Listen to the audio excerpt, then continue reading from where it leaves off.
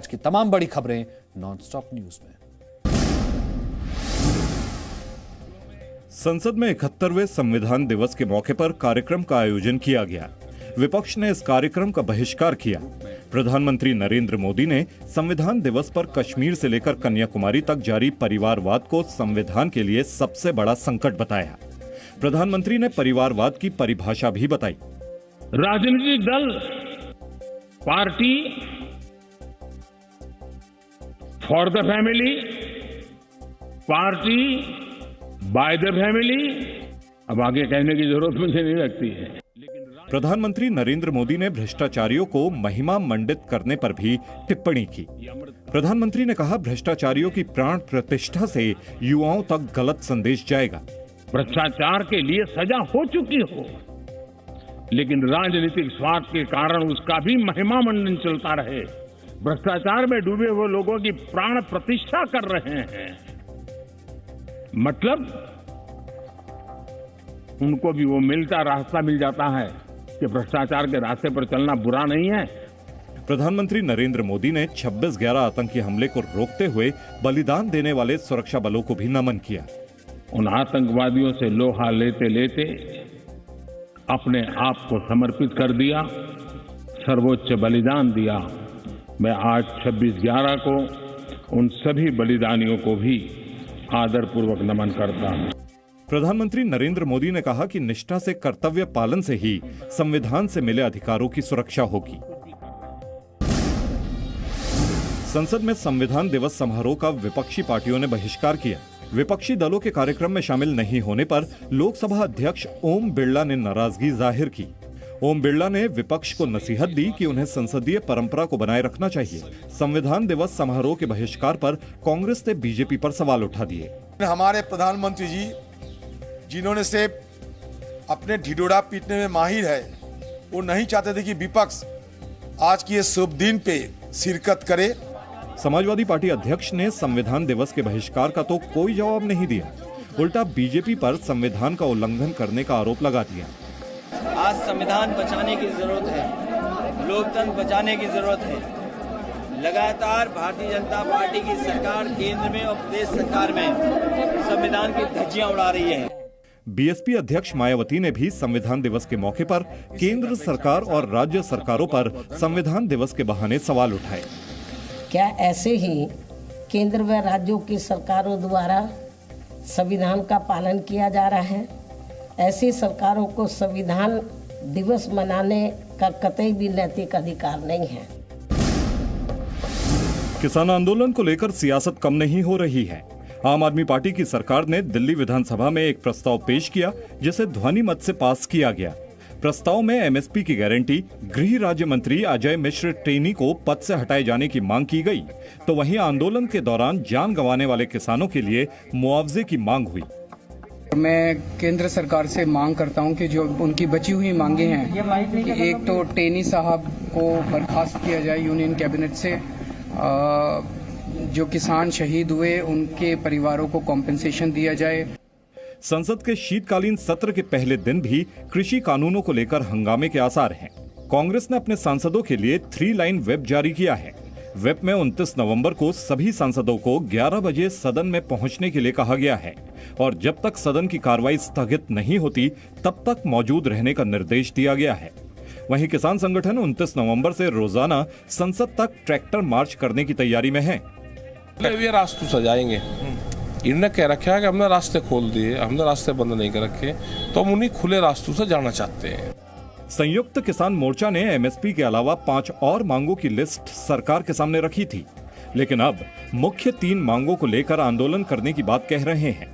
इसमें एमएसपी के अलावा बिजली का मुद्दा और केंद्रीय मंत्री अजय मिश्र टेनी को हटाने की मांग मुख्य है।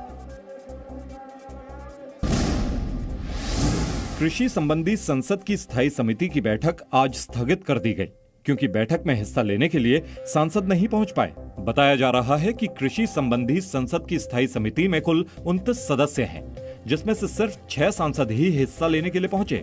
ऐसे में कोरम नहीं पूरा होने की वजह से बैठक को स्थगित कर दिया गया। कृषि संबंधी स्थायी समिति की बैठक में किसानों की आय दोगुनी करने पर चर्चा होनी थी। स्थगित होने के कारण वहां पहुंचे सांसदों को लिखित में सुझाव देने को कहा गया। समिति में 29 सांसदों में से 21 लोकसभा के सदस्य हैं, जबकि 8 राज्यसभा सांसद हैं। वहीं आज रक्षा मंत्रालय से संबंधित स्टैंडिंग कमेटी की बैठक हुई, लेकिन उसमें कांग्रेस सांसद और कमेटी के सदस्य राहुल गांधी शामिल नहीं हुए। कमेटी में शामिल 29 सदस्यों में से महज 13 सदस्य ही मीटिंग में शामिल हुए। बैठक में सीडीएस जनरल विपिन रावत ने समिति के सामने सेना की तैयारियों पर सेना की तरफ से जानकारी दी। समाजवादी पार्टी ने वोटर लिस्ट में गड़बड़ी का आरोप लगाते हुए चुनाव आयोग को चिट्ठी लिखी है। समाजवादी पार्टी ने आरोप लगाया है कि वोटर लिस्ट में बड़े पैमाने पर डुप्लीकेट नाम हैं। समाजवादी पार्टी ने चुनाव आयोग से मांग की है कि वोटर लिस्ट पुनरीक्षण का समय 30 दिसंबर तक बढ़ाया जाए और वोटर लिस्ट से डुप्लीकेट नाम हटाए जाएं। इस सरकार ने ठोको राज चला रखा है, ठोको राज। उधर मुख्यमंत्री योगी आदित्यनाथ ने विपक्ष की तुलना भस्मासुर से की है। योगी आदित्यनाथ ने विपक्ष पर वार करते हुए कहा कि जनता जिन्हें जिताती है फिर वही जनता को लूटते हैं। भ्रष्ट जनप्रतिनिधि भी भस्मासुर से कम नहीं होते हैं। वह भस्मासुर बनकर के जिस जनता के द्वारा चुना जाता है उसी को फिर वह भस्म करने को उतारू हो जाते हैं। केंद्रीय मंत्री नारायण राणे के बयान के बाद महाराष्ट्र की सियासत गर्मा गई है। नारायण राणे ने दावा किया है कि महाराष्ट्र में मार्च में बीजेपी की सरकार बन जाएगी। बीजेपी की सरकार वहाँ नहीं है ना, इसलिए ऐसा हो रहा है। जल्दी से जल्दी बीजेपी सरकार मार्च में आ जाएगा और आपको अपेक्षित बदलाव दिखाई देगा। वहीं महाराष्ट्र बीजेपी के बड़े नेता दिल्ली में कैंप किए हुए हैं। महाराष्ट्र बीजेपी के अध्यक्ष चंद्रकांत पाटिल ने अमित शाह से मुलाकात की थी। उसके बाद देवेंद्र फडणवीस और चंद्रकांत पाटिल ने बीएल संतोष के साथ मुलाकात की। उधर एनसीपी अध्यक्ष शरद पवार और प्रफुल्ल पटेल भी दिल्ली में मौजूद हैं। दक्षिण अफ्रीका में कोरोना के बेहद खतरनाक वेरिएंट का पता चला है। इस वेरिएंट से संक्रमण दोगुनी रफ्तार से फैल रहा है। कोरोना के इस नए वेरिएंट से दुनिया भर में संक्रमण के केस में तेजी आने का खतरा बढ़ गया है। साउथ अफ्रीका में पाए गए नए वेरिएंट के 3 देशों बोत्सवाना, इजराइल और हांगकांग में पहुंचने की आशंका जताई जा रही है। कोरोना के नए वेरिएंट के डर से अलग अलग देशों में यात्रा पाबंदियां लगानी शुरू कर दी गई हैं। ब्रिटेन, फ्रांस, जर्मनी और इटली ने भी दक्षिण अफ्रीका से फ्लाइट्स रोक दी हैं। सिंगापुर ने दक्षिण अफ्रीका और आसपास के देशों से यात्रा पर सशर्त रोक लगा दी है। पुर्तगाल में बिना नेगेटिव आरटीपीसीआर रिपोर्ट के आने पर बैन है। साउथ अफ्रीका में मिले कोरोना के नए वेरिएंट के बाद नीदरलैंड्स क्रिकेट टीम अपना दौरा बीच में ही छोड़कर वापस घर लौटेगी। नीदरलैंड्स की क्रिकेट टीम फिलहाल साउथ अफ्रीका में है, जहां पर उसको साउथ अफ्रीका के साथ 3 वनडे मैच खेलने थे। दक्षिण अफ्रीका में मिले कोरोना के नए वेरिएंट की खबर के बाद भारत समेत दुनिया भर के शेयर बाजारों में भारी गिरावट देखने को मिली। करीब 9 महीने बाद अंतर्राष्ट्रीय विमान सेवा दोबारा शुरू होगी। भारत सरकार ने 15 दिसंबर से इंटरनेशनल फ्लाइट की सेवा शुरू करने का ऐलान किया है। सरकार ने यह फैसला तब लिया है जब दुनिया भर में दक्षिण अफ्रीका वेरिएंट की टेंशन बढ़ गई है। हालांकि भारत सरकार ने 12 देशों को जोखिम वाले देशों में रखा है, जिसमें ब्रिटेन समेत यूरोपियन यूनियन के देश, दक्षिण अफ्रीका, ब्राजील, बांग्लादेश, बोत्सवाना, चीन, Mauritius, New Zealand, Zimbabwe, Singapore, Hong Kong, Israel. इन देशों से आने वाले यात्रियों को भारत आने के लिए अतिरिक्त उपायों का पालन करना होगा। आपको बता दें कि कोरोना की वजह से पिछले साल 23 मार्च को विदेशों से नियमित अंतर्राष्ट्रीय उड़ानों पर रोक लगा दी गई थी। हालांकि बाद में एयर बबल पैक्ट के तहत 30 देशों से अंतर्राष्ट्रीय उड़ानों का परिचालन हो रहा है।